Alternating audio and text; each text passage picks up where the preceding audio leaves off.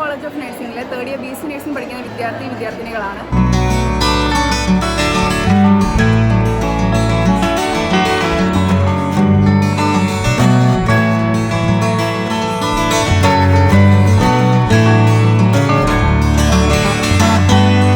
ഞങ്ങൾ 90 പേരാണ് ഇന്നിവിടെ തോന്നിക്കൽ ഹയർ സെക്കൻഡറി സ്കൂളിൽ സ്കൂൾ ഹെൽത്ത് പ്രോഗ്രാമിൻ്റെ ഭാഗമായിട്ട് വന്നിരിക്കുന്നത്.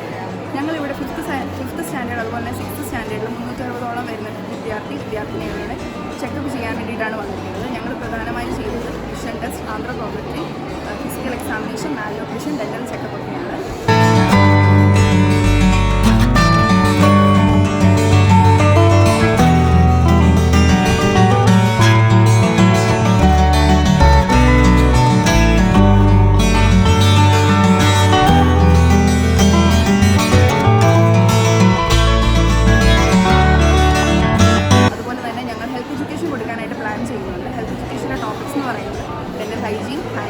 Personal hygiene, impact on road accidents, mobile ഫോണിൻ്റെ അമിതമായ ഉപയോഗത്തെ പറ്റി, അതുപോലെ ബാലൻസ് ഡയറ്റ് എന്നിവയൊക്കെ പറ്റിയിട്ടാണ്.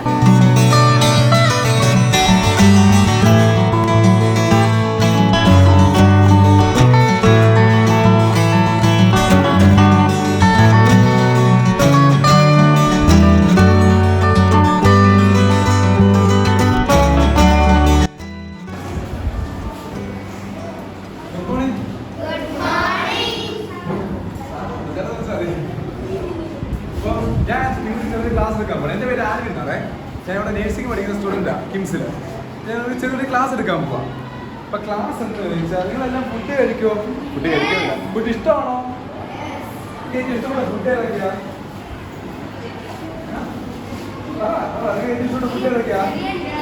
ബിരിയാണിയോ? ബിരിയാണി പിന്നെ എന്തൊക്കെയുണ്ട്? Chicken, fish. ഒത്തിരി ചിക്കൻ കഴിക്കുമ്പോൾ പറയുമോ വീട്ടിൽ? ഒത്തിരി ചിക്കൻ ഒന്നും കഴിക്കലെന്നൊക്കെ പറയുമോ ആളുകളൊക്കെ?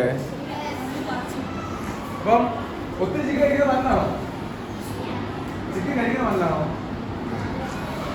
പണ്ടല്ല, നല്ലതാ. പക്ഷെ ഒത്തിരി ആവുന്നതാണ് എല്ലാം കുഴപ്പം. ഇപ്പൊ നമ്മൾ എന്ത് ഫുഡും ഒരാൾ കൂടിയാലും ഒരാൾ കൊണ്ടാലും അതെന്താ നമുക്ക് പ്രശ്നമാണ്. അപ്പോൾ നമ്മളെല്ലാം ഫുഡിനെ എന്ത് ചെയ്യണം? ഒരളവിലെല്ലാം കഴിക്കണം. അതിനാണ് ഫുഡ് ഡയറ്റ് എന്ന് പറയുന്നത്, ഡയറ്റ് പ്ലാൻ എന്ന് പറയുന്നത്. മനസ്സിലായോ? അപ്പം ഞാൻ നമ്മുടെ ഫുഡിനകത്ത് അറിയിക്കുന്ന കുറച്ച് കാര്യങ്ങൾ പറഞ്ഞുതരാം. കാർബോഹൈഡ്രേറ്റ് ഞാനതിലൂടെ എക്സ്പ്ലെയിൻ ചെയ്യാവേ. പ്രോട്ടീൻ കേട്ടില്ലേ? പ്രോട്ടീൻ എന്നൊക്കെ കേട്ടില്ലേ? കൊഴുപ്പ്, ധാതു, വിറ്റാമിൻ, പിന്നെ വെള്ളം. ഇത് ഫുഡ് പിരമിഡാണ്. ഫുഡ് പിരമിഡ് എന്ന് വെച്ചാൽ ജസ്റ്റ് നമ്മുടെ കഴിക്കേണ്ട കാര്യങ്ങളൊക്കെ ഉള്ളൊരു സാധനമാണ്. അരി, ഗോതമ്പ്, പാൽ, മുട്ട, നെയ്, എണ്ണ, മീൻ, ഇറച്ചി, മുട്ട, പഴങ്ങൾ, പച്ചക്കറി. ഇതെന്ന് വെച്ചാൽ നമ്മൾ കഴിക്കേണ്ട ഒരു അളവിലാണ് തന്നേക്കുന്നത്. ഇത് കൂടുതൽ എന്നുവെച്ചാൽ ഈ ഒരു അളവ് വേണം നമ്മൾ കഴിക്കാൻ. പിന്നെ അപ്പം ഞാൻ ഓരോരുത്തരെ കുറിച്ച് ഞാൻ എക്സ്പ്ലെയിൻ ചെയ്യാം. പ്രോട്ടീൻ, നിങ്ങളെല്ലാം പ്രോട്ടീൻ കേട്ടിട്ടുണ്ടോ? കേട്ടില്ലേ? പരിസ്ഥിതി കേൾക്കാലോ. ഈ പാൽപ്പൊടിയുടെ പരിസ്ഥിതിയിൽ ബൂസ്റ്റിനൊക്കെ കേട്ടില്ലേ? പ്രോട്ടീൻ എന്ത് നമ്മളെ സഹായിക്കുന്നത് അറിയാമോ? എന്താണ്? എനർജി നമ്മളെ വളരെ സഹായിക്കുന്ന ആരെന്നറിയാമോ? പ്രോട്ടീനാണ്. ഇപ്പം ഈ പാലിന്റെ വെച്ച് ഹോളിക്സിനെ വെച്ച് കേട്ടില്ലേ? പ്രോട്ടീൻ ഇറങ്ങിയിട്ടുണ്ടെന്നൊക്കെ പറഞ്ഞു കേട്ടില്ലേ? നീളം വെക്കാൻ സഹായിക്കുന്നതിനും വളരാൻ സഹായിക്കുന്നതും മസിൽ വെക്കാൻ സഹായിക്കുന്നതും എന്തുവാ? പ്രോട്ടീൻ. നമുക്ക് പ്രോട്ടീൻ എന്തൊക്കെ കിട്ടുന്നത് അറിയാവോ? ഫ്രൂട്ട്സ് അല്ല, മുട്ട, പാല്. നമ്മൾ വളരെ സഹായിക്കുന്നത് എന്തൊക്കെയാ? മുട്ട, പാല്, ഇറച്ചി, ഫിഷ്. ഇതൊക്കെ എന്ത് കിട്ടും? പ്രോട്ടീൻ കിട്ടും. പിന്നെ ധാതു. ഈ ധാതു വെച്ചെന്ന് പറയാമോ? ധാതു വെച്ചാൽ മിനറൽസ് എന്ന് പറയും. നിങ്ങൾ ഈ സോഡിയം, പൊട്ടാസ്യം, അയഡിൻ കേട്ടുണ്ടോ? ഉപ്പിനകത്ത് എന്തോ ഉള്ളത്? സോഡിയം. പിന്നെ ഇപ്പം നമ്മുടെ കിട്ടുന്ന ഉപ്പിലൊക്കെ എന്തോ ഉണ്ടെന്ന് അറിയാമോ? ഈ ഉപ്പിന്റെ പാക്കറ്റ് വെച്ചാൽ മതി, അയോഡിനൈസ്ഡ് സോൾട്ട് എന്ന് കാണും. ചിലത് അയോഡിനും അടങ്ങിയിട്ടുണ്ട്. ഇതെല്ലാം നമ്മുടെ ഇലക്ട്രോലൈറ്റ് ബാലൻസ് വെച്ചാൽ നമ്മുടെ ദേഹത്തെ വെള്ളത്തിന്റെ അളവിനെ കറക്റ്റായിട്ട് കൊണ്ടുവരാൻ സഹായിക്കുന്ന ഇതൊക്കെയാണ്. ഇതൊക്കെ കുറയുമ്പോഴാണ് നമ്മുടെ ദേഹം ഡ്രൈ ആയിട്ടിരിക്കുന്നതും ഒക്കെ വന്നിട്ടുണ്ടാകുന്നത്. എങ്ങനെയാണ്? ഈ ധാതുവിന്റെ അളവ് കുറയുമ്പോഴാണ്. അടുത്ത കാർബോഹൈഡ്രേറ്റ്. നമ്മുടെ ബോഡിക്ക് അത്യാവശ്യം വരുന്നൊരു കാര്യമാണ് എന്ത്? കാർബോഹൈഡ്രേറ്റ്. കാർബോഹൈഡ്രേറ്റ് എന്തുകൊണ്ടാണ് അത്യാവശ്യം അറിയാമോ? നമുക്ക് എന്തിനാണ് കാർബോഹൈഡ്രേറ്റ് കിട്ടുന്നത് അറിയാമോ? നിങ്ങൾക്ക് നമ്മൾ ഏറ്റവും കൂടുതൽ കഴിക്കുന്നത് എന്തുവാ? നമ്മൾ കൂടുതലും ചോറ്, കപ്പ, അങ്ങനെയുള്ള കിഴങ്ങ് വർഗ്ഗങ്ങള്, ചോറ്, പിന്നെ ഗോതമ്പ്, ഇതിനകത്ത് നിന്ന് നമുക്ക് എന്താ കിട്ടും? കാർബോഹൈഡ്രേറ്റ് കിട്ടും. കാർബോഹൈഡ്രേറ്റ് സഹായിക്കുന്നത് നമ്മുടെ ബോഡിക്ക്, നമ്മുടെ ശരീരത്തിൽ ഏറ്റവും കൂടുതൽ എനർജി, ശക്തി കിട്ടുന്നത് എന്താണെന്നറിയാമോ? കാർബോഹൈഡ്രേറ്റ്. നമുക്ക് പ്രവർത്തിക്കാനുള്ള ശക്തി. നമ്മളിപ്പോൾ എണ്ണീറ്റ് വരുന്നു, നിൽക്കുന്നു, ചാടുന്നു, നിങ്ങളൊന്ന് ഓടുന്നു, നിനക്ക് എനർജി വേണ്ടേ? നിനക്ക് ആര് തരുന്നേ? കാർബോഹൈഡ്രേറ്റ്. അടുത്തത് എന്താണെന്നറിയാമോ? കൊഴുപ്പ്. കൊഴുപ്പ് എന്ന് വെച്ചാൽ ഈ വണ്ണമല്ല ഉദ്ദേശിക്കുന്നത്. കൊഴുപ്പടങ്ങിയ ഭക്ഷണം എന്തൊക്കെയാണെന്ന് അറിയാമോ? എണ്ണ ഉള്ള ഭക്ഷണങ്ങളൊക്കെ എന്തുവാ? കൊഴുപ്പ്. നമ്മൾ ഈ ചിക്കൻ ഫ്രൈ, മട്ടൻ ഫ്രൈ ഒത്തിരി കഴിക്കാൻ പറ്റുന്ന പറഞ്ഞില്ലേ? അതിലെ ഈ ചിക്കൻ ഫ്രൈക്കാരുടെ പ്രശ്നം ചിക്കനല്ല പ്രശ്നം, അതുകൊണ്ട് എണ്ണയാണ് പ്രശ്നം. മനസ്സിലായോ? ഈ എണ്ണ, നെയ്യ്, ഇങ്ങനെയുള്ള കാര്യങ്ങളല്ല. പിന്നെ ഈ നമ്മള് പറങ്ങാണ്ടിയൊക്കെ കഴിക്കുന്നില്ലേ, അതൊക്കെ എണ്ണ ഉണ്ട്, എണ്ണയുടെ അംശങ്ങളുണ്ടോ? പിന്നെ അതെല്ലാം എണ്ണയുണ്ട്. ഈ എണ്ണ നമ്മളെന്തുവാ? കൊഴുപ്പ്. നമുക്ക് ആവശ്യത, ഈ കൊഴുപ്പ് ആവശ്യത നമ്മുടെ ബോഡിക്ക് പന്നലാണ്. ആവശ്യത എന്ന് പറ്റും, അത് നമ്മുടെ ദേഹത്ത് ഫാറ്റ് ഡെപ്പോസിഷൻ ഉണ്ടാവും. ഒത്തിരി കൊഴുപ്പായിട്ട് നമ്മുടെ ദേഹത്ത് ഉണ്ടായിക്കൊണ്ടിരിക്കും. അടുത്തത് വിറ്റമിൻസ്. വിറ്റമിൻസ് കേട്ടില്ലേ? വിറ്റമിൻ ടാബ്ലറ്റ്സ് കഴിച്ചിട്ടുണ്ടോ? ഇല്ലേ? വിറ്റമിൻ ടാബ്ലറ്റ്സ് എന്താണ് നമ്മൾ സഹായിക്കുന്നത് അറിയാമോ? വിറ്റമിൻസ് നമ്മൾ സഹായിക്കുന്നത് നമ്മുടെ ബോഡിയിൽ കഴിക്കുന്ന ഭക്ഷണമൊക്കെ ഉണ്ടല്ലോ, നമ്മുടെ ശരീരം കഴിക്കുന്നതെല്ലാം നമ്മുടെ ശരീരം വലിച്ചെടുക്കണ്ടേ? വേണ്ടേ? വലിച്ചെടുത്ത് കഴിച്ചിട്ട് ഗുണമുണ്ടോ? ഇല്ല. അപ്പൊ ഈ ശരീരത്തിൽ കാര്യങ്ങൾ ഭക്ഷണമൊക്കെ നമ്മുടെ ബോഡി വലിച്ചെടുക്കാൻ സഹായിക്കുന്ന കാര്യമാണ് വിറ്റമിൻസ്. അവസാനം വെള്ളം. അതിനായി നമുക്ക് അറിയാലോ, നമ്മുടെ ശരീരത്തിലെ ഭൂരിപക്ഷം എന്തുവാ? വെള്ളമാണ്. നമ്മുടെ ശരീരം പകുതി മുക്കാലും വെള്ളമാണ്. മനസ്സിലായോ? അപ്പം വെള്ളം കുടിച്ചത് നമ്മൾ എന്താ, എന്തിനും കുഴപ്പമാണ്? ഡൈജഷൻ പഠിച്ചിട്ടുണ്ടോ? ഡൈജഷൻ ഫുഡ് കഴിച്ചിട്ട് അതെ, വേറെ പഠിച്ചിട്ടില്ലേ? വേഗത്തെ നമ്മൾ മെയിനായിട്ട് സഹായിക്കുന്നത് എന്തുവാ? വെള്ളം. നമ്മൾ മിക്സിക്കകത്ത് വെള്ളം ഒഴിച്ചിട്ടുണ്ട് വീട്ടിൽ അരയ്ക്കുമ്പോൾ അതേ സെയിം അവസ്ഥയാണ് നമ്മൾ കഴിക്കുന്ന വെള്ളം കുടിക്കുന്നത്. അല്ലെങ്കിൽ വൃത്തിക്കൊന്നും നടക്കത്തില്ല. മനസ്സിലായോ? അപ്പം എൻ്റെ ക്ലാസ് തീരുന്നു. Thank you.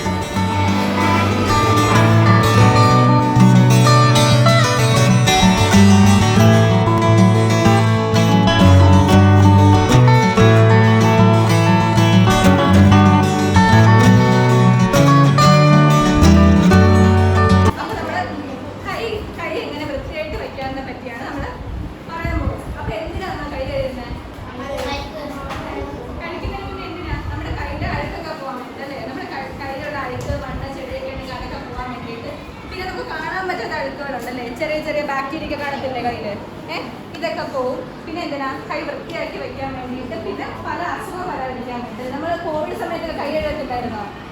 പല അസുഖമൊക്കെ വരാതിരിക്കാൻ വേണ്ടിയിട്ടാണ് നമ്മൾ കൈ കഴുകുന്നത്. അപ്പോൾ എപ്പോഴൊക്കെ കൈ കഴുകണം? നിങ്ങൾ എപ്പോഴൊക്കെ കൈ കഴുകാറുണ്ട്? പിന്നെ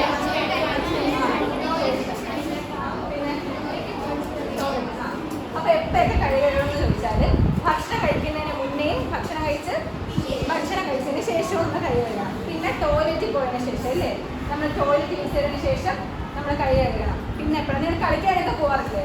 നമ്മൾ പുറത്തൊക്കെ കളിക്കാനൊക്കെ പോകണം. പോയിട്ട് വന്ന ഉടനെ എന്ത് ചെയ്യണം? കൈ കഴുകണം. പിന്നെ വീട്ടിൽ പെറ്റ്സ് ഉണ്ട്, പട്ടി പൂച്ചയൊക്കെ ഉണ്ട്. നിങ്ങൾ കളിക്കാറില്ല എൻ്റെ കൂടെ? അപ്പൊ അതിനെടുത്ത് കളിച്ച് കഴിഞ്ഞതിനൊക്കെ ശേഷം നമ്മൾ കൈ കഴുകണം. പിന്നെ എപ്പോഴാണ് കഴുകേണ്ടത്? ചുമയ്ക്കുമ്പോഴും തുമ്മുമ്പോഴേക്കും കൈ ഇങ്ങനെ മറച്ചു പിടിക്കാറില്ല. അപ്പൊ അതിന് ശേഷം നമ്മൾ കൈ കഴുകണം. അപ്പൊ എപ്പോഴൊക്കെ കൈ കഴുകണ്ടേ?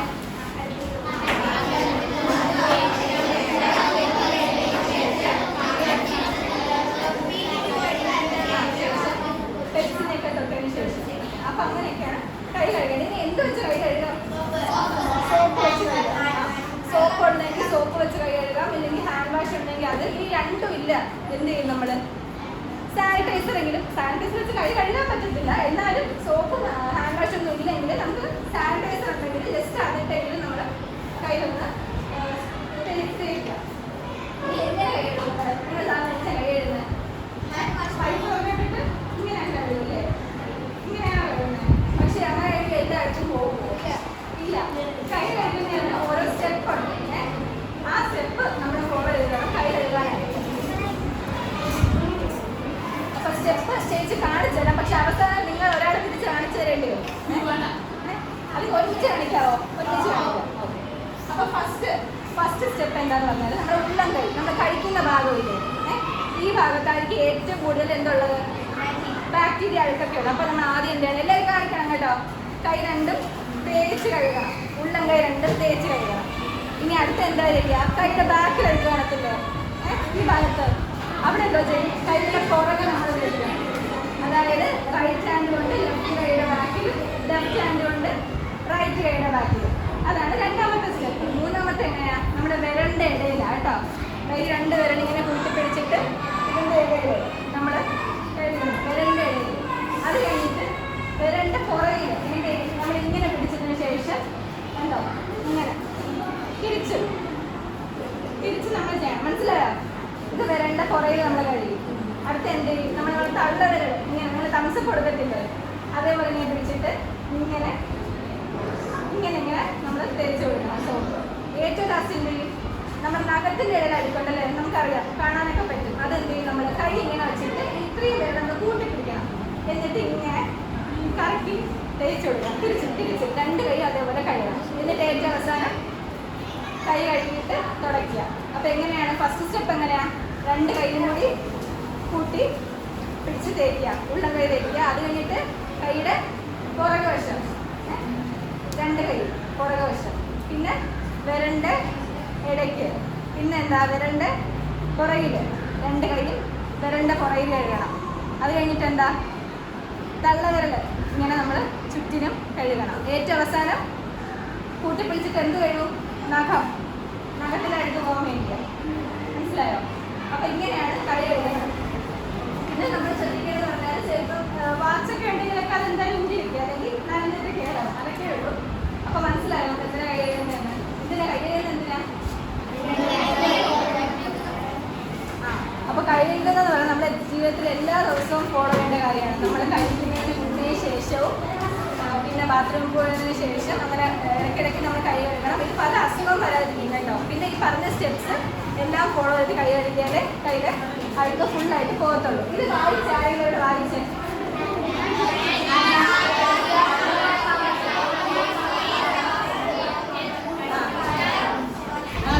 അപ്പോൾ ഹാൻഡ് വാഷ് ഇങ്ങനെ നമ്മുടെ കുട്ടികൾ നമുക്ക് അധികം അസുഖമൊന്നും വരത്തില്ല. അപ്പോൾ നിങ്ങൾ ഇടയ്ക്കിടയ്ക്ക് കൈ കഴുകുമോ?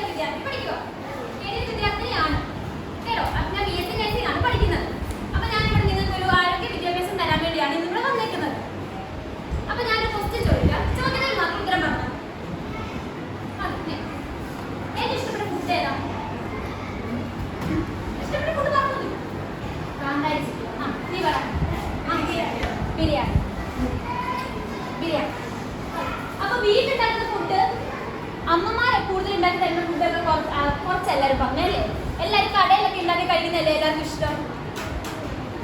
അപ്പം ഈ കടയിൽ നിന്നൊക്കെ വാങ്ങിക്കുന്ന ഫുഡ് കാരണം നമ്മുടെ ആരോഗ്യത്തിനുണ്ടാകുന്ന ദോഷങ്ങളെ പറ്റിയാണ് ഞാൻ ഇവിടെ ക്ലാസ്സിൽ പറയുന്നത്. അപ്പം എന്താണ് ഫാസ്റ്റ് ഫുഡ് അറിയോ?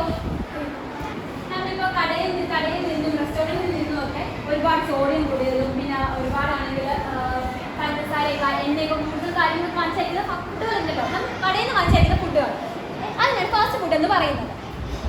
അതിന് പലതരം തരങ്ങളുണ്ട്, എന്ന് പറയുമ്പോൾ ടൈപ്സ് ഉണ്ട്. അത് ഏതൊക്കെയാണെന്ന് അറിയുമോ? ഇപ്പം ബർഗറൊക്കെ എല്ലാവരും കഴിക്കുന്നതാണോ? സാൻഡ്വിച്ച്, ഇതൊക്കെ ആർക്കും ഇഷ്ടം? ആർക്കൊക്കെയാണ്?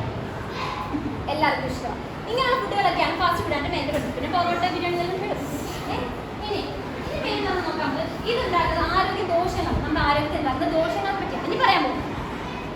വായിച്ചേ.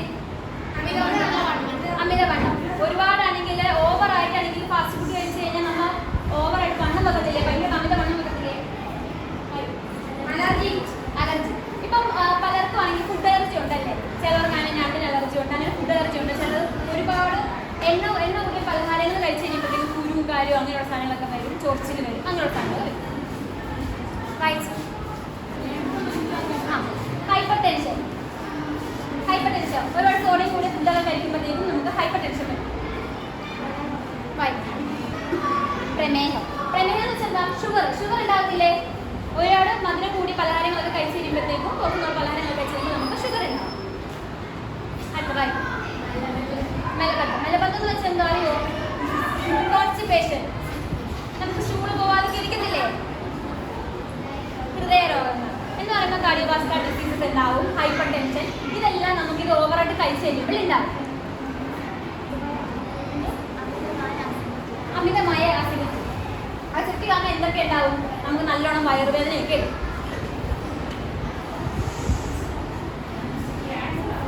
ക്യാൻസർ. ഇത് ഓവറായിട്ട് കഴിച്ച് കഴിയുമ്പോഴത്തേക്കും നമുക്ക് ക്യാൻസർ ഉണ്ടാവാനുള്ള ചാൻസ് ഉണ്ട്. കരൾ രോഗങ്ങൾ. ഇത് കഴിച്ച് കഴിയുമ്പോഴത്തേക്കും നമുക്ക് കരൾ രോഗങ്ങൾ ഉണ്ടാകാനുള്ള ചാൻസ് കൂടുതലാണ്. ഇതെല്ലാമാണ് ദോഷങ്ങൾ. നമുക്ക് നമ്മുടെ ശരീരത്തിൽ ഉണ്ടാകുന്ന ദോഷങ്ങൾ ഇതെല്ലാം ആണ്. ഇതാണ് ഫാസ്റ്റ് ഫുഡിന്റെ ഒരു പോസ്റ്റർ. ഇതാണ് ഹെൽത്തി ഫുഡ്സ് എന്ന് പറയുമ്പോൾ ഫ്രൂട്ട്സ് ആൻഡ് വെജിറ്റബിൾസ് അതൊക്കെ ഇൻക്ലൂഡ് ചെയ്യുക. പിന്നെ വീട്ടിലുണ്ടാക്കുന്ന അമ്മമാരൊക്കെ ഉണ്ടാക്കി തരുന്ന ഫുഡ്സ് ഒക്കെ ഇൻക്ലൂഡ് ചെയ്യുക. ജങ്ക് ഫുഡ്സ് അറിയാലോ, ബർഗർ. ഇനി നമ്മൾ അടുത്ത് പറയാൻ പോകുന്നത് ഇത് അവോയ്ഡ് ചെയ്യാനുള്ള വഴികൾ എന്തൊക്കെയാണ്? എന്താ ഫാസ്റ്റ് ഫുഡ് അവോയ്ഡ് ചെയ്യാനുള്ള വഴികൾ എന്ന് പറയുമ്പോഴത്തേക്കും എന്തൊക്കെയായിരിക്കും? ഫുഡ് പുറത്തുനിന്ന് ആരോഗ്യം കുറയ്ക്കണം.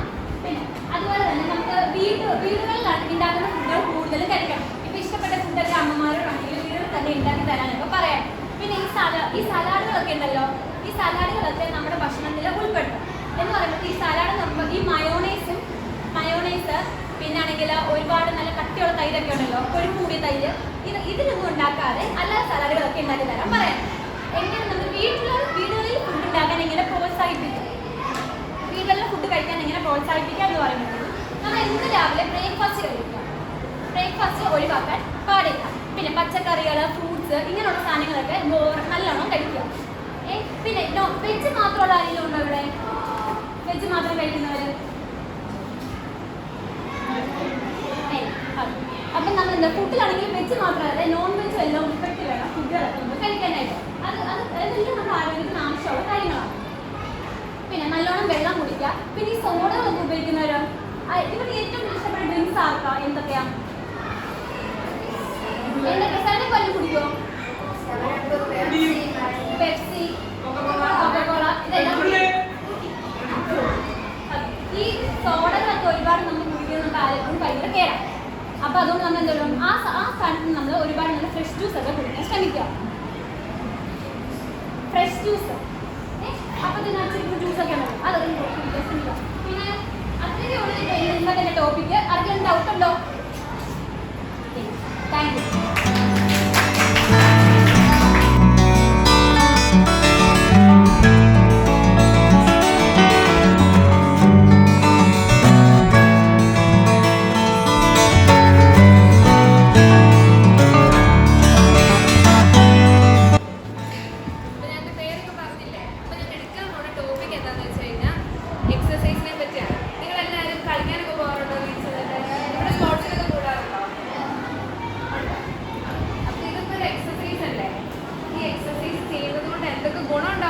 അറിഞ്ഞിരിക്കണ്ടേ?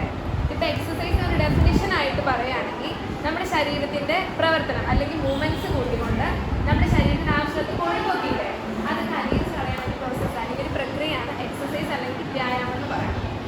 കാണാൻ പറ്റുന്നുണ്ടോ എല്ലാവർക്കും? നല്ല തരത്തിലുള്ള വ്യായാമങ്ങളുണ്ട്. അത് ഏതൊക്കെയാണെന്ന് വെച്ച് കഴിഞ്ഞാൽ ഫസ്റ്റത്തേക്ക് എന്ന് പറയുന്നതാണെങ്കിൽ ഐസോമെട്രിക് വ്യായാമം. ഐസോമെട്രിക് വ്യായാമം എന്ന് പറഞ്ഞു കഴിഞ്ഞാൽ നമ്മൾ എന്ന് വെച്ചാൽ അധികം ശരീരം അനങ്ങാണ്ട് നമ്മുടെ അവയവങ്ങളൊന്നും അധികം അങ്ങോട്ട് അനങ്ങാണ്ട് കാലിൻ്റെ പേശികളൊക്കെ മസിൽസ് ഒക്കെ മുറുക്കി നമ്മുടെ ശരീരത്തിലുള്ള കൊഴുപ്പ് അലിയിച്ച് കളയുന്ന ഒരു പ്രോസസ്സാണ് ഐസോമെട്രിക് എക്സസൈസ്. നിങ്ങൾക്ക് പടം കാണണോ? പിന്നെ അടുത്തെന്ന് പറയുകയാണെങ്കിൽ എയറോബിക് വ്യായാമം എന്ന് വെച്ച് കഴിഞ്ഞാൽ ഇത് നമ്മുടെ ഇതിനകത്തിപ്പോൾ സൂംബ എന്നൊക്കെ കേട്ടിട്ടുണ്ടോ എല്ലാവരും? സൂംബ അങ്ങനത്തെ നമ്മുടെ മേലാണെങ്കിൽ ഭയങ്കരമായിട്ട് ഡാൻസ് ഒക്കെ കളിച്ച് അല്ലെങ്കിൽ ഓട്ടം, ചാട്ടം, സൈക്കിൾ ചവിട്ടൽ അതൊക്കെ അങ്ങനത്തെ വ്യായാമങ്ങളാണ് ഐസോമെട്രിക് വ്യായാമം എന്ന് പറയുന്നത്.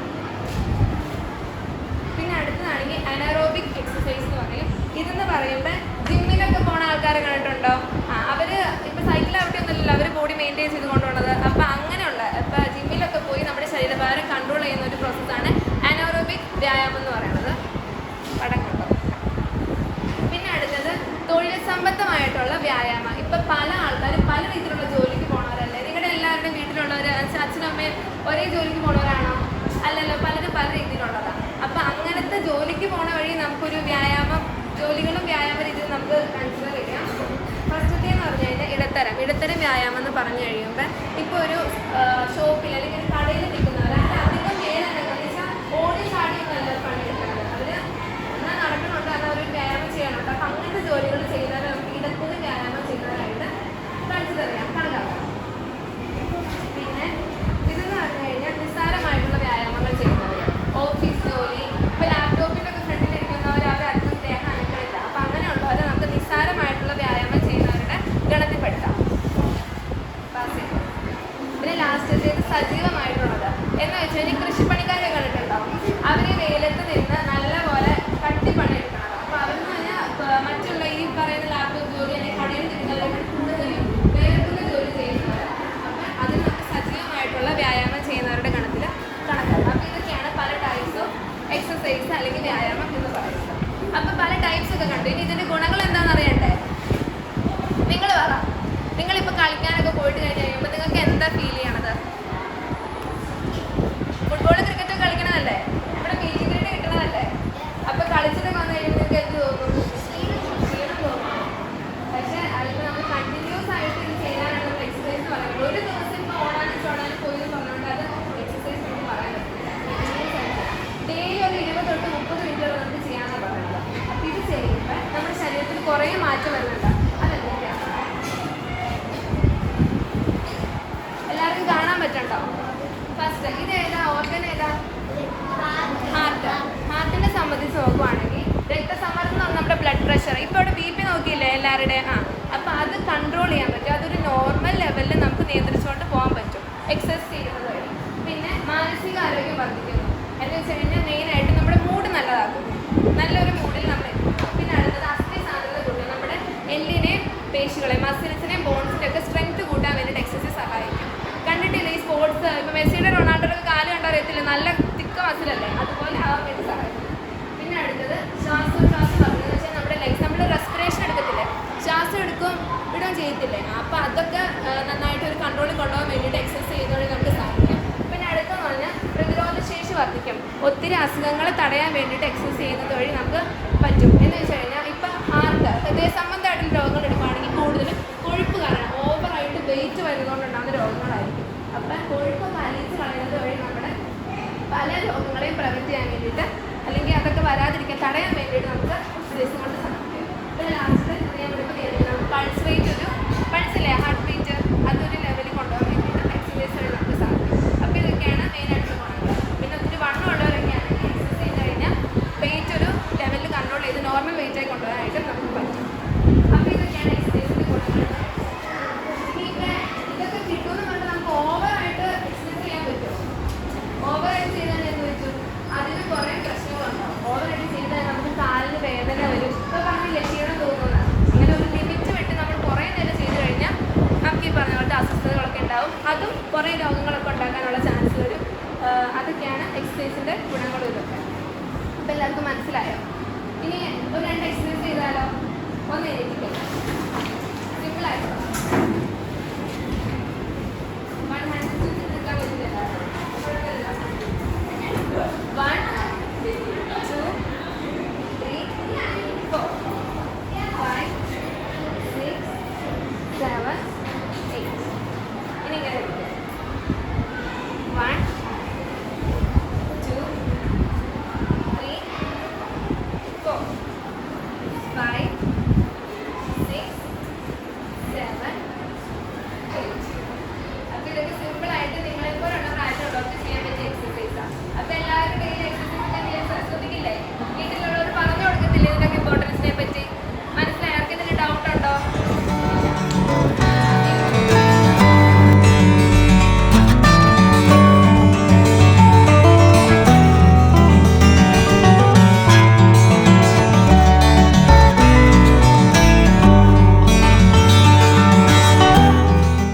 അതുപോലെ തന്നെ ഞങ്ങളൊരു റോൾ പ്ലേ പ്ലാൻ ചെയ്യുന്നുണ്ട്. ആൻറ്റി നാർക്കോട്ടിക്സിൻ്റെ ബേസിൽ ഞങ്ങളുടെ റോൾ പ്ലേ, അതുപോലെ തന്നെ അതിനെ പറ്റിയിട്ട് കുറച്ച് കാര്യങ്ങൾ പറഞ്ഞു കൊടുക്കാനും വേണ്ടിയിട്ടാണ് ഞങ്ങളിന്ന് പ്രധാനമായിട്ടും ഈ സ്കൂളിൽ വന്നത്.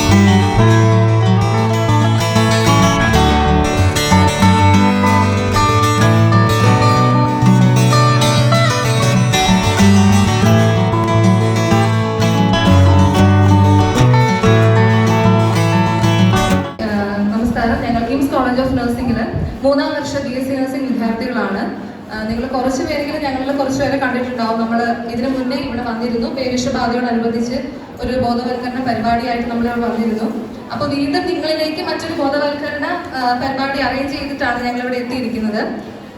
അപ്പോൾ നമുക്കറിയാം, ലഹരി എന്ന് പറയുന്നത് ഇന്ന് നമ്മുടെ സമൂഹത്തെ ബാധിച്ചിരിക്കുന്ന വലിയൊരു ഗുരുതരമായ ഒരു പ്രശ്നമാണെന്നുള്ളത്. അപ്പം അത് കൂടുതലും ഇന്ന് നിങ്ങളെ പോലുള്ള കുട്ടികളിൽ നിന്നാണ് ഇതിന്റെ ആരംഭമൊക്കെ ഇപ്പൊ തുടങ്ങി. ഇത് ഇപ്പോ വലിയൊരു സൊസൈറ്റി നമ്മുടെ സമൂഹത്തെ ബാധിച്ചിരിക്കുന്ന ഒരു വലിയൊരു പ്രശ്നമായിരിക്കുകയാണ്. അപ്പൊ ലഹരി പദാർത്ഥങ്ങളുടെ ഉപയോഗം കൂടി വരുന്ന ഈ സാഹചര്യത്തിൽ കുട്ടികളിലേക്കും അത് വ്യാപിക്കുന്നു എന്നത് വളരെ അതിശയിപ്പിക്കുന്ന ഘടകമാണ്. ഇതുമൂലം കുട്ടികളിൽ മാനസികവും ശാരീരികവുമായ മാറ്റങ്ങൾ കണ്ടുവരുന്നു. ലഹരിയുടെ ഉപയോഗത്തെ പറ്റി അറിഞ്ഞിരിക്കേണ്ട ആവശ്യകത എന്തെന്നാൽ, പല കുട്ടികളും ഒരു ജിജ്ഞാസയുടെ പുറത്ത് തുടങ്ങുന്ന ലഹരിയുടെ ഉപയോഗം പിന്നീട് അത് നിർത്താൻ കഴിയാത്ത സാഹചര്യത്തിലേക്ക് എത്തിച്ചേരുന്നു.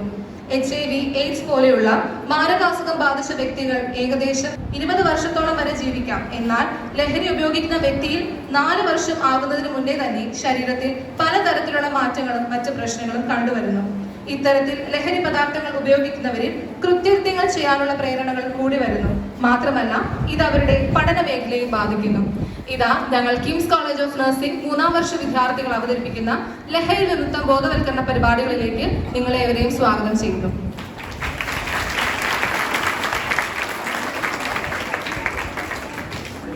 രംഗം 1, വീട്.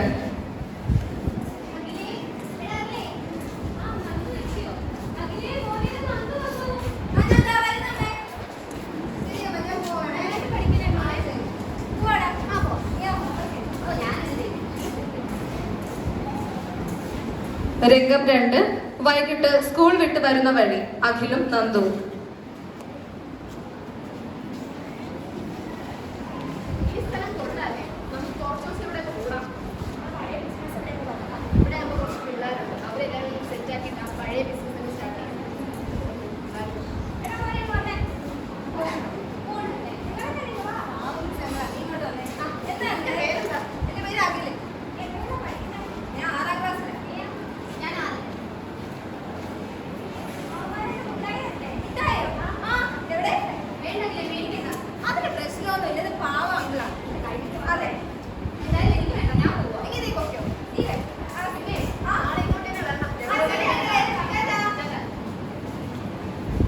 രംഗം 3, പിറ്റേ ദിവസം വൈകുന്നേരം.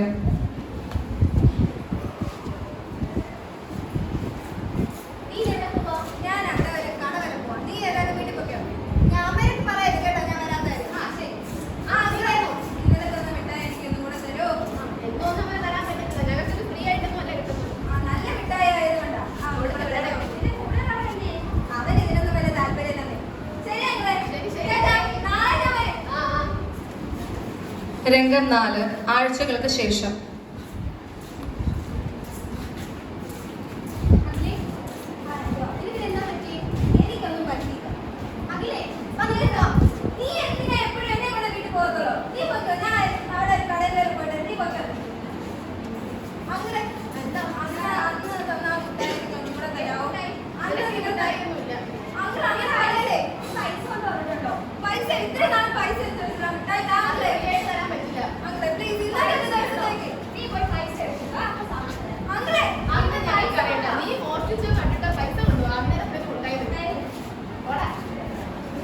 രംഗം 5, വീട്ടിൽ പൈസ അന്വേഷിക്കുന്ന അഖിൽ.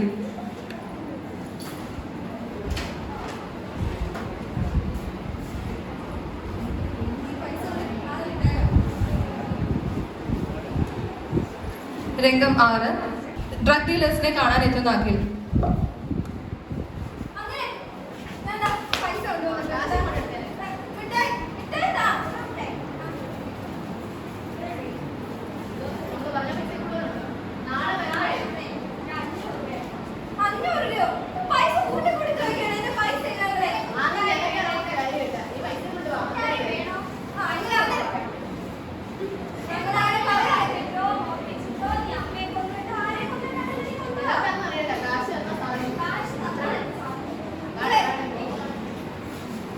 രംഗം 7, അഖിലിന്റെ വീട്.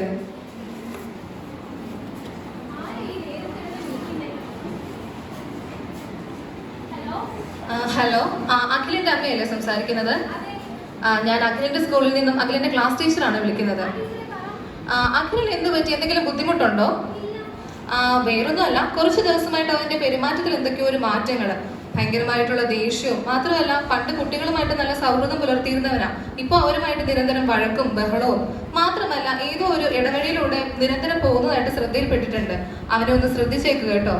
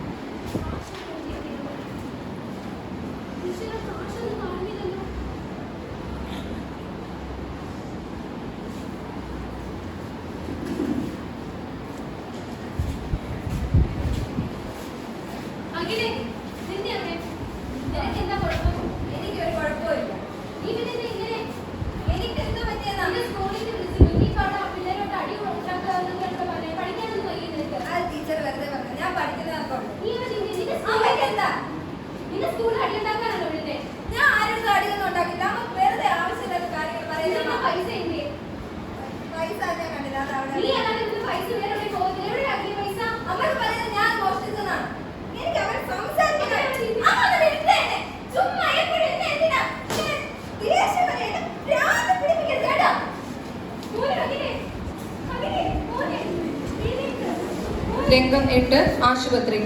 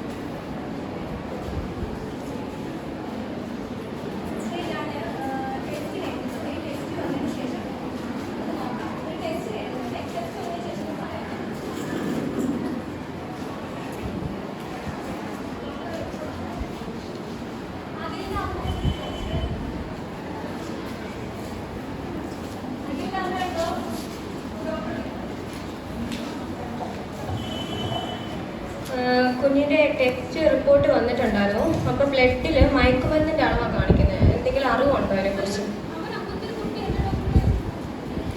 നിങ്ങൾക്കൊരു അറിവില്ല. സിസ്റ്ററെ അഖിലിനെ വിളിക്കാമോ?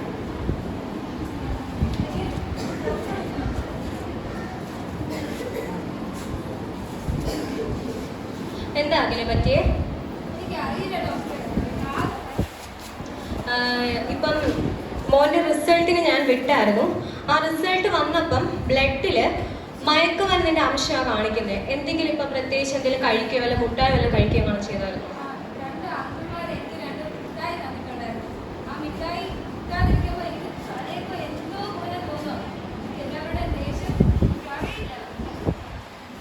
അത് വീണ്ടും കഴിക്കാനൊക്കെ തോന്നുന്നുണ്ടല്ലോ. ഓക്കെ, അപ്പം മയക്കുമരുന്നിൻ്റെ ഒരു പ്രശ്നമാണ്. ലഹരി പദാർത്ഥങ്ങളുടെ ഉപയോഗം കൂടി വരുന്ന ഈ സാഹചര്യത്തിൽ കുട്ടികളിലേക്ക് അത് വ്യാപിക്കുന്നു എന്നുള്ളത് നമുക്ക് അതിശയിക്കുന്ന ഒരു കാര്യമാണ്. പ്രധാനമായിട്ടും മാനസിക ശാരീരിക പ്രശ്നങ്ങളാണ് കുഞ്ഞുങ്ങളിൽ കണ്ടുവരുന്നത്. അതുപോലെ തന്നെ ഇതൊരു കൗതുകത്തിന്റെ പേരിലായിരിക്കും അവരെടുക്കാം. പിന്നീട് അത് അവർക്ക് നിർത്താൻ പറ്റാത്തൊരു സാഹചര്യത്തിലേക്ക് മാറ്റി വരുന്നുണ്ട്. ഇത് കുറ്റകൃത്യങ്ങൾ ചെയ്യാനായിട്ട് അവരെ പ്രേരിപ്പിക്കുന്നു. അതുപോലെ തന്നെ അവരുടെ പഠിത്തത്തിലും ഉറക്കം അങ്ങനെയുള്ള കാര്യങ്ങളിൽ അവരുടെ ദിനചര്യങ്ങൾ ഇതിലെല്ലാം അവർ ബാധിക്കുന്നുണ്ട്. ഇനിയിപ്പം മയക്കുമരുന്നിന് കുഞ്ഞുങ്ങൾ ചുമ്മാ ഉപയോഗിക്കുകയില്ല, എന്തെങ്കിലും ഒരു കാരണം കാണും അവർക്ക് ഇത് ഉപയോഗിക്കാൻ. പ്രധാനമായിട്ട് പറയുവാണെങ്കിൽ അവരുടെ പഠിത്തത്തിന് പ്രശ്നം, അല്ലെങ്കിൽ മാതാപിതാക്കളുടെ ശ്രദ്ധക്കുറവ്, അല്ലെങ്കിൽ കുടുംബത്തിൽ എന്തെങ്കിലും സാഹചര്യങ്ങൾ, ഇതൊക്കെ കാരണം കൊണ്ടായിരിക്കും അവർ പ്രധാനമായിട്ടും മയക്കുമരുന്നുകൾ ഉപയോഗിക്കുക. ഇപ്പം നമ്മുടെ സമൂഹത്തിൽ ഇപ്പം നമ്മൾ കണ്ടു കുഞ്ഞിനെ മുട്ടായുടെ രൂപത്തിലാണ് മയക്കുന്നത്. അതുപോലെ തന്നെ പല രൂപത്തിലുണ്ട്, സ്റ്റാമ്പുകളുടെ രൂപത്തിലുണ്ട്, MDMA, LSD, അതുപോലെ പല രൂപത്തിൽ ഇപ്പം മയക്കുമരുന്നുകൾ നമ്മുടെ ഈ സമൂഹത്തിൽ കാണപ്പെടുന്നുണ്ട്. അപ്പം നമ്മൾ മാതാപിതാക്കളാണ് ഇതൊക്കെ ശ്രദ്ധിക്കേണ്ടത്. അതായത് ഇപ്പോൾ കുഞ്ഞുങ്ങൾ കുഞ്ഞുങ്ങളോട് പറഞ്ഞു കൊടുക്കുക, അറിയാത്തവർ എന്തെങ്കിലും തന്നാൽ അത് കഴിക്കരുത്, വാങ്ങി കഴിക്കരുത് എന്നൊക്കെ പറഞ്ഞു കൊടുക്കുക. അതുപോലെ സ്കൂളിലേക്കൊക്കെ വിളിച്ച് അധ്യാപകരോടൊക്കെ ഒന്ന് അന്വേഷിക്കുക, പഠിത്തമൊക്കെ എങ്ങനെ പോകുന്നു, എൻ്റെ കുഞ്ഞ് അവിടെ എത്തുന്നുണ്ടോ, ഈ കാര്യങ്ങളൊക്കെ അന്വേഷിക്കാം. ഇതിപ്പോൾ ഒരു ആദ്യ ഘട്ടം ആയതുകൊണ്ട് നമുക്കൊരു കൗൺസിലിങ്ങിലൂടെ ഇത് മാറ്റിയെടുക്കാവുന്നതേ ഉള്ളൂ, വേറെ പ്രശ്നങ്ങളൊന്നുമില്ല. അപ്പം ഇങ്ങനെയുള്ള ഇനി ആരെങ്കിലും എന്തെങ്കിലുമൊക്കെ തന്നാൽ അതൊന്നും വാങ്ങി കഴിക്കാതിരിക്കാനൊക്കെ നോക്കുക. അമ്മയോട് ദേഷ്യപ്പെടരുത്, കാരണം അവർ നമുക്ക് വേണ്ടി കഷ്ടപ്പെടുന്നതല്ലേ, നമ്മളെ പഠിക്കാൻ വേണ്ടി നമ്മളെ സഹായിക്കുന്നതാണ്. അപ്പം ഇങ്ങനെയൊന്നും ഒരിക്കലും ചെയ്ത് പഠിത്തത്തിലൊക്കെ ശ്രദ്ധിക്കാം. കൗൺസിലിംഗ് ചെയ്യുമ്പോൾ ഇത് മാറുന്നതാണ്, വേറെ പ്രശ്നങ്ങളൊന്നുമില്ല.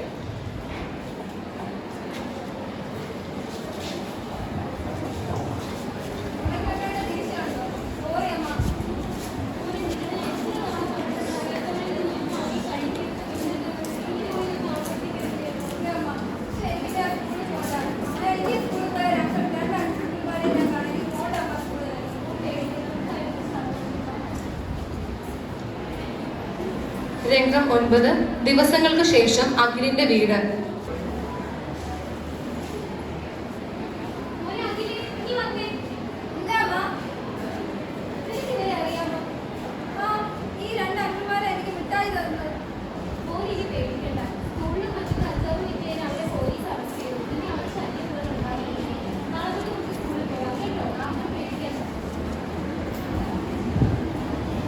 രംഗം 10. സ്കൂളിലേക്ക് തിരിച്ചെത്തുന്ന അഖിൽ.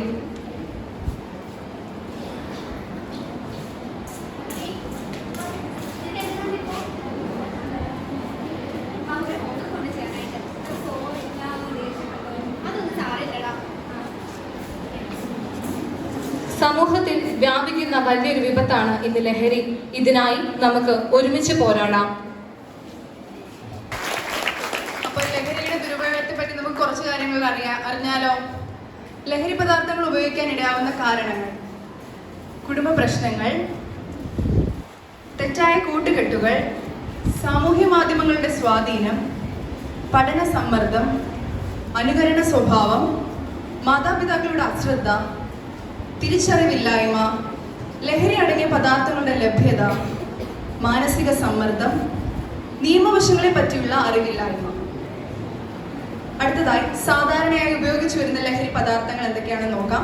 മദ്യം, പുകയില, കഞ്ചാവ്, കൊക്കൈൻ, ഹാലൂസിനോജനുകളായുള്ള MDMA, LSD, സ്റ്റാമ്പ്, കൂൾ, മറ്റു പദാർത്ഥങ്ങളായിട്ടുള്ള പശ, വൈറ്റ്നർ, സ്പ്രേ പെയിന്റ്, മിഠായികൾ തുടങ്ങിയവ.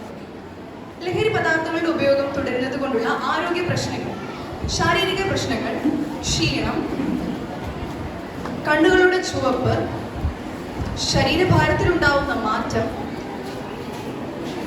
അവയവങ്ങൾക്കുണ്ടാവുന്ന കേടുപാടുകൾ, ഉറക്ക സംബന്ധമായ പ്രശ്നങ്ങൾ,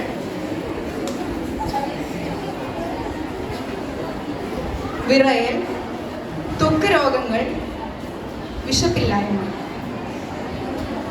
അടുത്തതായി മാനസിക പ്രശ്നങ്ങൾ: വിഷാദം, ഭയം, ഏകാഗ്രതയില്ലായ്മ, ഓർമ്മക്കുറവ്, അനാവശ്യമായ ദേഷ്യം, ചിന്താശേഷി കുറവ്, അക്രമാസക്തി.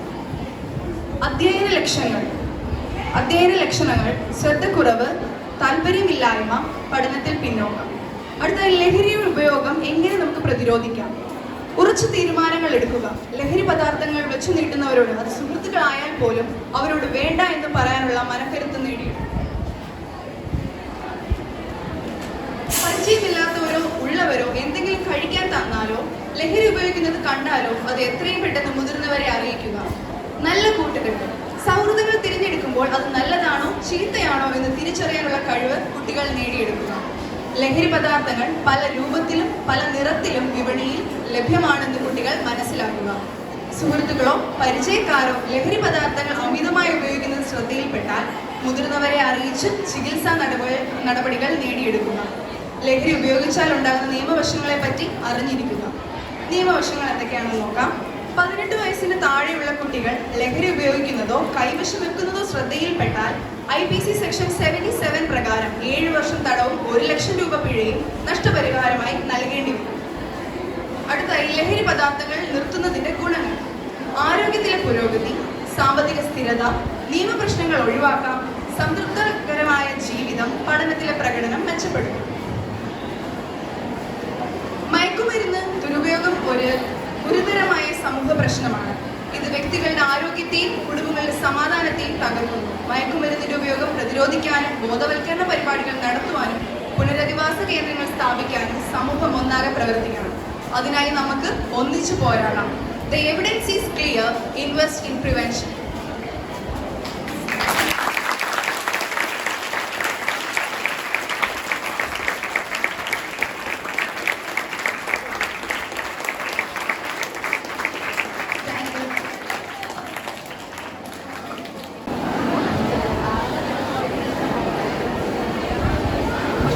ഉച്ചഭക്ഷണ സമയമാണ്.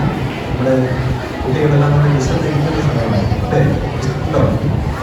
ഇല്ല. വളരെ നല്ലൊരു നാടകമെല്ലാം കണ്ട് സ്കിറ്റെല്ലാം കണ്ട് നമ്മളിങ്ങനെ ഇരിക്കും. അല്ലേ?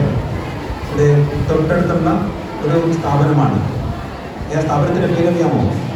ഏതാ? കിഡ്സ്. ഇവിടെ കോളേജ് ഓഫ് നഴ്സിംഗ് അവർ നമ്മുടെ സ്കൂള് തിരഞ്ഞെടുക്കുകയുണ്ടാകും. എന്തിനു വേണ്ടിയാണെന്നറിയാമോ? 5ാം ക്ലാസ്സിലെയും 6ാം ക്ലാസ്സിലെയും കുട്ടികളെ അവരുടെ പഠനത്തിൻ്റെ ഭാഗമായിട്ട് പ്രോജക്റ്റിൻ്റെ ഭാഗമായി ഒരു പഠനത്തിൻ്റെ ഭാഗമായിട്ട് ഒരു പ്രോജക്റ്റ് ഉണ്ട്. അത് റൂറൽ ജില്ലയിലെ ഏതെങ്കിലും സ്കൂളുകൾ എടുത്തുകൊണ്ട് ആ സ്കൂളിലെ കുട്ടികളെ നന്നായി ബോഡി ചെക്കപ്പുമായി ബന്ധപ്പെടുന്ന കാര്യങ്ങൾ ചെയ്യുക എന്നുള്ളതാണ്. അവയർനെസ് ക്ലാസ് കൂടിയുടെ ഭാഗമായിട്ട് അവരെ സംഘടിപ്പിക്കുകയുണ്ടായി. ഇവിടെ നമ്മുടെ 5ാം ക്ലാസ്സിലെയും 6ാം ക്ലാസ്സിലെയും കുട്ടികളെ സമയക്കുറവ് കൊണ്ടും അതുപോലെ തന്നെ കുട്ടികളുടെ എണ്ണത്തിൻ്റെ കൂടുതൽ കൊണ്ടുമാണ് ഇപ്പോൾ ഇത്രയും കുട്ടികൾ എടുത്തിരിക്കുന്നത്. വരും ദിവസങ്ങളിൽ കൂടുതൽ സഹായവുമായിട്ട് ഇന്ന് അവിടെ നിന്ന് കൂടുതൽ പേരെത്തിയിട്ടുണ്ട്. തീർച്ചയായിട്ടും നമ്മുടെ സ്കൂളിലേക്ക് സ്വാഗതം ചെയ്യുന്നു. വരും വർഷങ്ങളിൽ നമ്മുടെ സ്കൂള് ഇത്തരത്തിലുള്ള പ്രോജക്റ്റുകൾ എടുക്കുമ്പോൾ നമ്മുടെ സ്കൂൾ പരിഗണിക്കണമെന്ന് അവിടെ ഇതുമായി ബന്ധപ്പെട്ട് വന്ന അധികാരികളോട് സൂചിപ്പിക്കുന്നു. പിന്നെ പറയാനുള്ളത് നമ്മുടെ കുട്ടികൾ, അതായത് നഴ്സിംഗ് കുട്ടികൾ ഒരു 10 മണി വരെ 9:50 വരെ ഞങ്ങളുടെ ഓഡിറ്റോറിയം വളരെ ഡെസ്ക് ബെഞ്ച് മാത്രമേ ഉണ്ടായിരുന്നുള്ളൂ. ഒരു 10 മിനിറ്റ് കഴിഞ്ഞപ്പോഴേക്കും അവിടെ എല്ലാം തന്നെ വെള്ളം വിളിച്ച് നമ്മുടെ എൻ്റെ 5 സ്റ്റാർ ഹോട്ടലിൽ പോയി നമ്മൾ ഫുഡ് കഴിക്കാൻ ചെല്ലുമ്പോഴേക്കും എങ്ങനെയാണോ അറേഞ്ച് ചെയ്തിരിക്കുന്ന ആ രീതിയിൽ 10 മിനിറ്റ് കൊണ്ട് അതൊക്കെ സെറ്റ് ചെയ്തു. വളരെ സന്തോഷം ഉണ്ടാക്കുന്ന കാര്യമാണ്. അപ്പോൾ അത് അവരുടെ ആ പ്രവൃത്തിയോടുള്ള ഒരു ഡെഡിക്കേഷനായിട്ടാണ് ഞാനത് കാണുന്നത്. ഇതിൻ്റെ നമ്മൾ സാധാരണ ചെല്ലുമ്പോഴേക്കും നിങ്ങളുടെ അസുഖവുമായിട്ട് ചെല്ലുമ്പോൾ നിങ്ങളുടെ പരിചരിക്കാനായിട്ട് തൊട്ടടുത്ത നഴ്സ് വരാറുണ്ടല്ലേ? അപ്പോൾ ആ നഴ്സ് ഏതെല്ലാം ഘട്ടങ്ങളിലൂടെ കടന്നാണ് അവസാനം ആ സ്ഥാനത്ത് എത്തിച്ചേരുന്നത് എന്നുള്ളതിൻ്റെ ഒരു ചെറിയൊരു ഭാഗം മാത്രം, വളരെ ഒരു 1000-ൽ 1 അംശം മാത്രമാണ് നിങ്ങളിവിടെ കണ്ടത്. ഇതുപോലുള്ള ധാരാളം പരിപാടികൾ അവരിത് ചെയ്യുന്നുണ്ട്. അത്തരത്തിൽ ട്രെയിൻ ചെയ്താണ് നമ്മുടെ അടുത്തേക്ക് വരുന്നത്. അതിൻ്റെ ഭാഗമായിട്ട് നമ്മുടെ സ്കൂളിൽ തിരഞ്ഞെടുത്തത് ഇതിൻ്റെ ഭാരവാഹികൾക്ക് ആദ്യമേ നന്ദി പറയുകയാണ്. ഇതിൻ്റെ ചുമതല വഹിച്ചത് ശ്രീമതി വിനീത, അതുപോലെ ശ്രീമതി വീണ, ശ്രീമതി ശ്രീദേവി, ശ്രീമതി ജ്യോതി, ശ്രീമതി രചന എന്നിവരാണ്. അധ്യാപികമാരെ നമ്മുടെ സ്കൂളിന് വേണ്ടി പ്രത്യേകം നന്ദി അറിയിക്കുന്നു. അതോടൊപ്പം തന്നെ തേർഡ് ഇയറിലെ കുട്ടികൾ, അതായത് 5th സെമസ്റ്ററിലെ കുട്ടികളാണ് വളരെ മനോഹരമായ രീതിയിൽ ഇവിടെ ഒരു സ്കിറ്റ് അവതരിപ്പിച്ചത്. കുട്ടികൾക്ക് വളരെ ഞങ്ങളുടെ എല്ലാ കുട്ടികളെയും കാണിക്കണമെന്നുണ്ടായിരുന്നു. പക്ഷേ സമയക്കുറവും ഇവിടുത്തെ ഒരു പരിമിതമായ സാഹചര്യം കൊണ്ടാണ് നമുക്ക് കഴിയാറുള്ളത്. വളരെ നല്ല സ്കിറ്റായിരുന്നു, നല്ല തീമായിരുന്നു.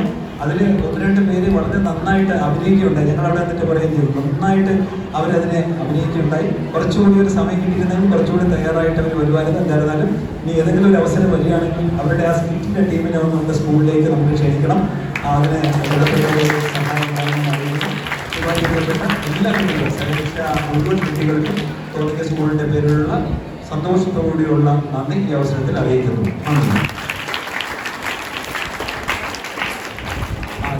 ഒരു കാര്യം പറ്റി നമ്മുടെ ഇതുമായി ബന്ധപ്പെട്ട് പറഞ്ഞപ്പോൾ ഫാക്കൽറ്റീസിന് മാത്രമേ പറഞ്ഞുള്ളൂ. ആ സ്ഥാപനം college KIMS college of nursing എന്ന സ്ഥാപനം, ആ സ്ഥാപനത്തിന് ഒരു പ്രത്യേക നന്ദി ഈ അവസരത്തിൽ അറിയിക്കുന്നു.